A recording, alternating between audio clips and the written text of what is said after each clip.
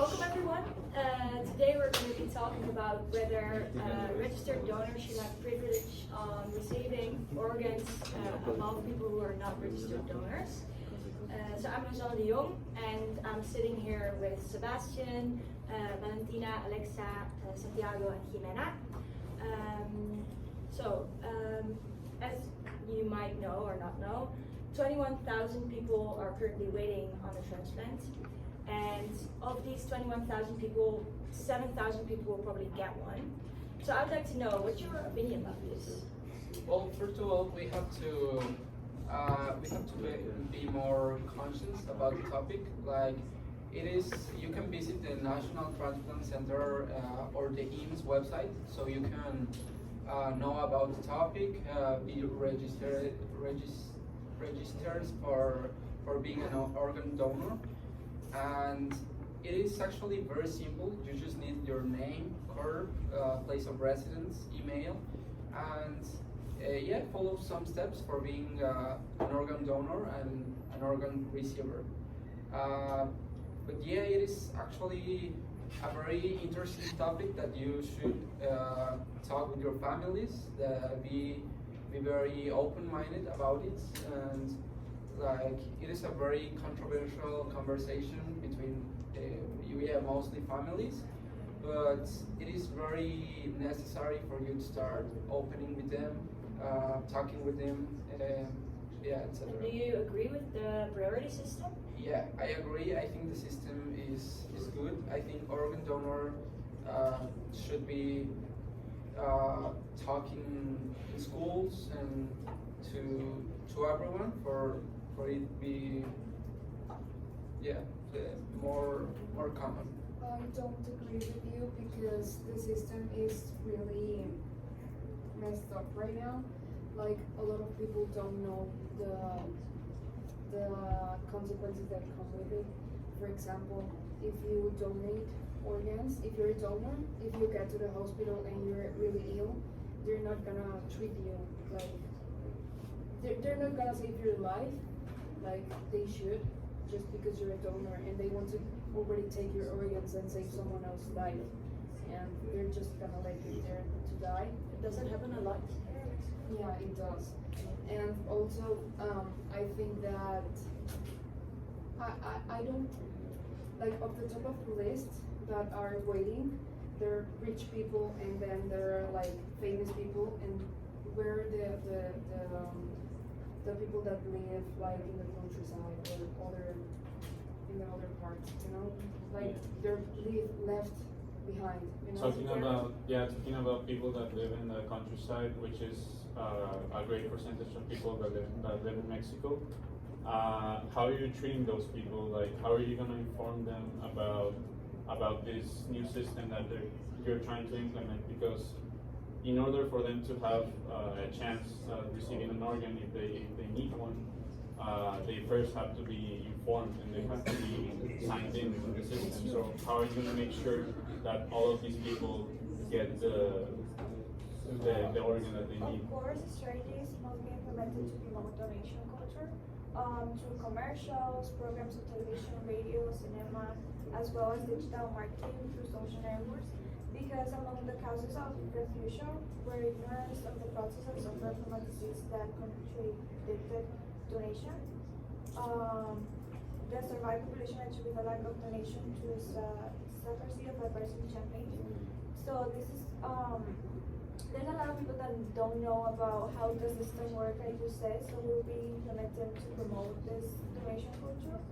And in here in Mexico, there's a lot of people that want to donate, but they're not participants as well, because 75% will donate, they say in an analysis, but only 11% actually donate. So we want to implement those kind of information and the benefits of what this system could Yeah, be. you're saying like in social media and cinemas, but those kind of people don't have money to have maybe a phone or to go to the cinemas or stuff like that. So how are you gonna let them know? They don't even have an education. And I would also like to go back to what you said previously. You were talking about that they are not gonna, like the system is fucked up, that people just let you die. Do you have a comment on that? Yeah, that's actually a myth.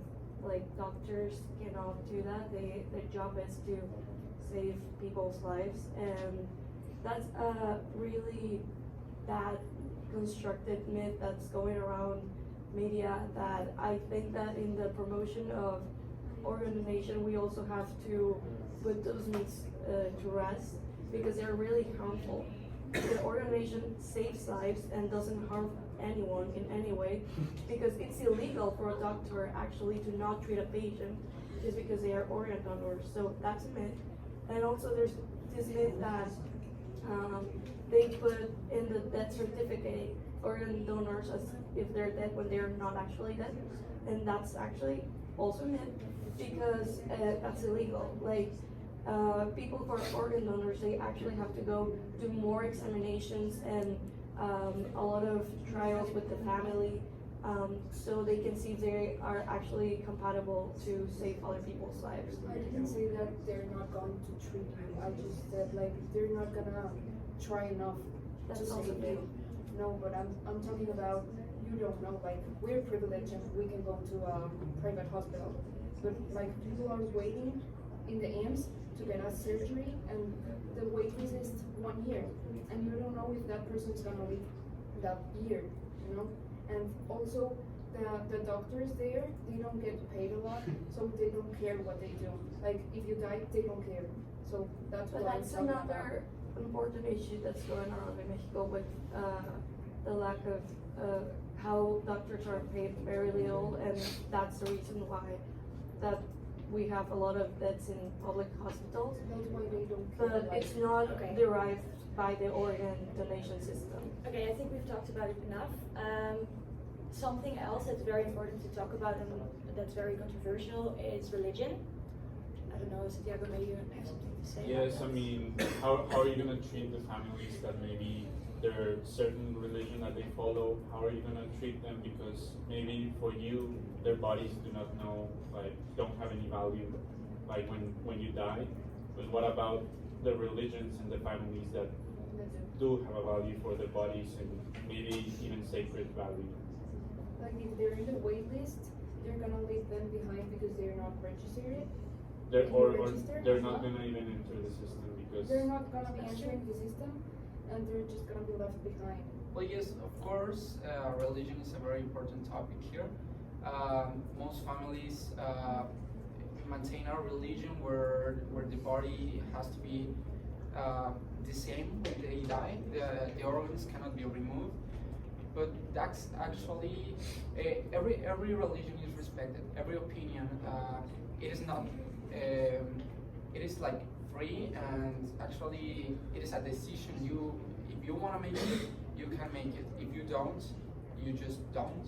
Like it is not required for everyone to be a donor. Like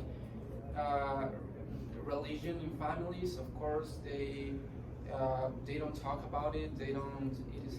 It is prohibited, and it is okay. You know, it is not okay that they don't talk about it, but it is okay if they don't want to do it.